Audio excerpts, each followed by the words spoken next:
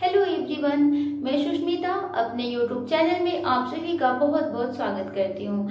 आज फिर हाजिर हूँ मैं एक नई वीडियो के साथ। आज की वीडियो में हम सत्ता और शक्ति यानी पावर एंड अथॉरिटी पढ़ने वाले हैं, जो कि पॉलिटिकल साइंस का यानी राजनीति विज्ञान का एक बहुत ही इम्पोर्टेंट यानी खास टॉपिक है।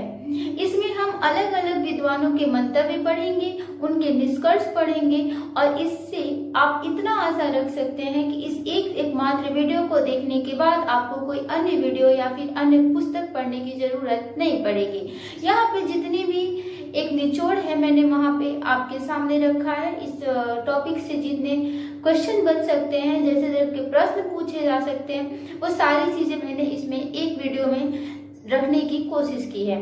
तो वीडियो को पूरा देखिए। चैनल पे नए हैं तो चैनल को सब्सक्राइब करना बिल्कुल ना भूलें। और हमारा एक आंकड़ा बताता है, जैसा कि हमने देखा कि हमारी फैमिली में हमारी कुछ फैमिली ऐसी भी है जो हमारी वीडियोस को तो रेगुलर व्यू करती है लेकिन चैनल को सब्सक्राइब नहीं किए हैं। तो उनसे मेरा करबद्ध निवेदन है कि चैनल को सब्सक्राइब जरूर करें। यह आपके लिए बहुत ही ज्यादा बेनिफिशियल है और मुझे मोटिवेशन मिलता है और नई नई वीडियोस बनाने का और यूजफुल कंटेंट आप तक पहुंचाने का। तो ज्यादा देर न करते हुए चलिए वीडियो को शुरू करते हैं। सबसे पहला टॉपिक है वह है शक्ति यानी पावर। व्हाट इज शक्ति एंड शक्ति क्या है? तो यहाँ पे देखिए, यहाँ पे कुछ अपने अलग अलग राजनीतिज्ञों ने, अलग अलग विद्वानों ने अपना अलग अलग अवधारणा यानी अपने अपने मंतव्य रखे हैं।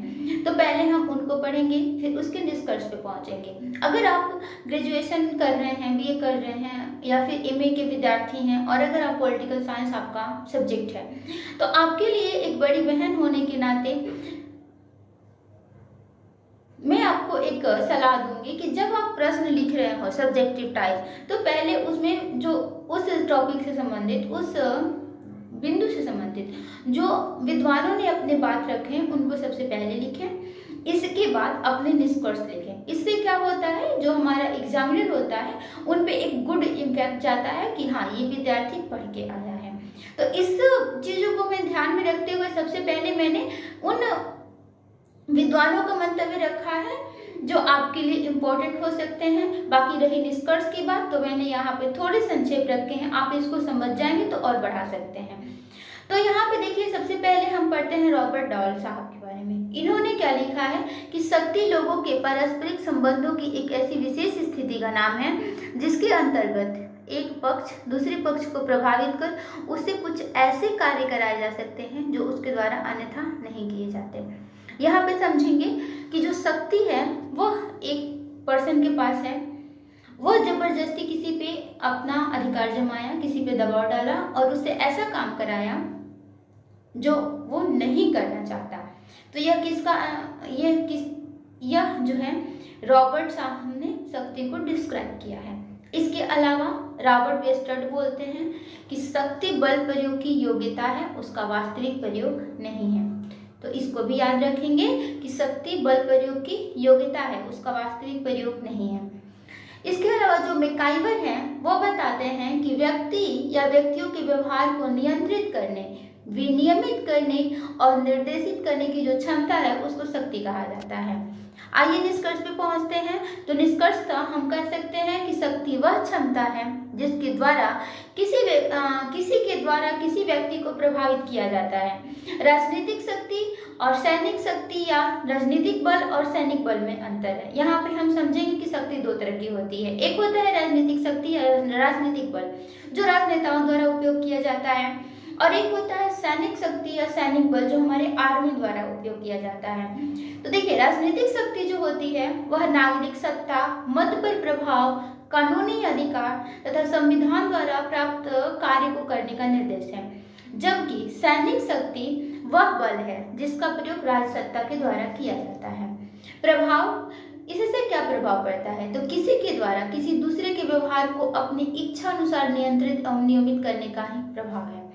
तो यहाँ पे प्रभाव भी आप समझ गए होंगे। चलिए अपना दूसरा टॉपिक देखते हैं जिसका है अथॉरिटी यानी सत्ता। तो देखो, बास्टेड बोलते हैं कि सत्ता शक्ति के प्रयोग का संस्थात्मक अधिकार है, वह स्वयं शक्ति नहीं है। याद रखेंगे इसको, और ये जो इम्पोर्टेंट कोट्स हैं इनको आप जरूर से याद रख लेंगे। दूसरा है बीच। बीच सत्ता को यानी अथॉरिटी को डिस्क्राइब करते हुए कहते हैं कि किसी दूसरे के कार्य निष्पादन को प्रभावित या निर्देशित करने के औचित्यपूर्ण अधिकार को ही क्या कहा जाता है, सत्ता यानी अथॉरिटी कहा जाता है। तो यहाँ पे याद रखेंगे। यूनेस्को कहते हैं कि सत्ता वह शक्ति है जो स्वीकृत हो, सम्मानित हो, ज्ञात हो एवं औचित्यपूर्ण हो। तो यहाँ पे हमने 3 दार्शनिकों का मंतव्य पढ़ा। अब अपने हम निष्कर्ष पे पहुंचते हैं। तो निष्कर्षतः हम कह सकते हैं कि शक्ति के प्रयोग का संस्थात्मक एवं औचित्यपूर्ण अधिकार को सत्ता कहा जाता है। इसकी 2 प्रकृतियां हैं। पहला है औपचारिक सत्ता और दूसरा है स्वीकृति का सिद्धांत। औपचारिक सत्ता क्या है, जिसमें आदेश देने का अधिकार होता है तथा वह ऊपर से नीचे की ओर दिया जाता है। अब समझते हैं। सत्ता 2 तरह के होंगे, एक होगा औपचारिक सत्ता एंड दूसरा होगा स्वीकृति का सिद्धांत। औपचारिक सत्ता में क्या होगा, आपका जो उच्चाधिकारी है वो आपको आदेश देगा और आपको बहरहाल किसी भी हालत में उसको मानना है, उसको करना है, तो वो हुआ औपचारिक सत्ता। दूसरा होता है स्वीकृति का सिद्धांत। तो स्वीकृति के सिद्धांत में क्या होता है कि आपका उच्चाधिकारी आपको आदेश तो दे रहा है, लेकिन आप मानोगे या नहीं यह आपके स्वीकृति पर निर्भर करता है। तो यह 2 तरह के होते हैं सत्ता, याद रखेंगे। एक होता है औपचारिक सत्ता और दूसरा होता है स्वीकृति का सिद्धांत। तो आशा है आप समझ गए होंगे। तो जल्दी नई वीडियो के साथ, अगर आपको वीडियो अच्छी लगे तो इसे लाइक एंड शेयर अवश्य करें। चैनल पर नए हैं तो प्लीज सब्सक्राइब करना ना भूलें वीडियो के साथ। अगर आपको कोई और भी टॉपिक वीडियो चाहिए तो प्लीज मुझे कमेंट सेक्शन में बताना ना भूलें। और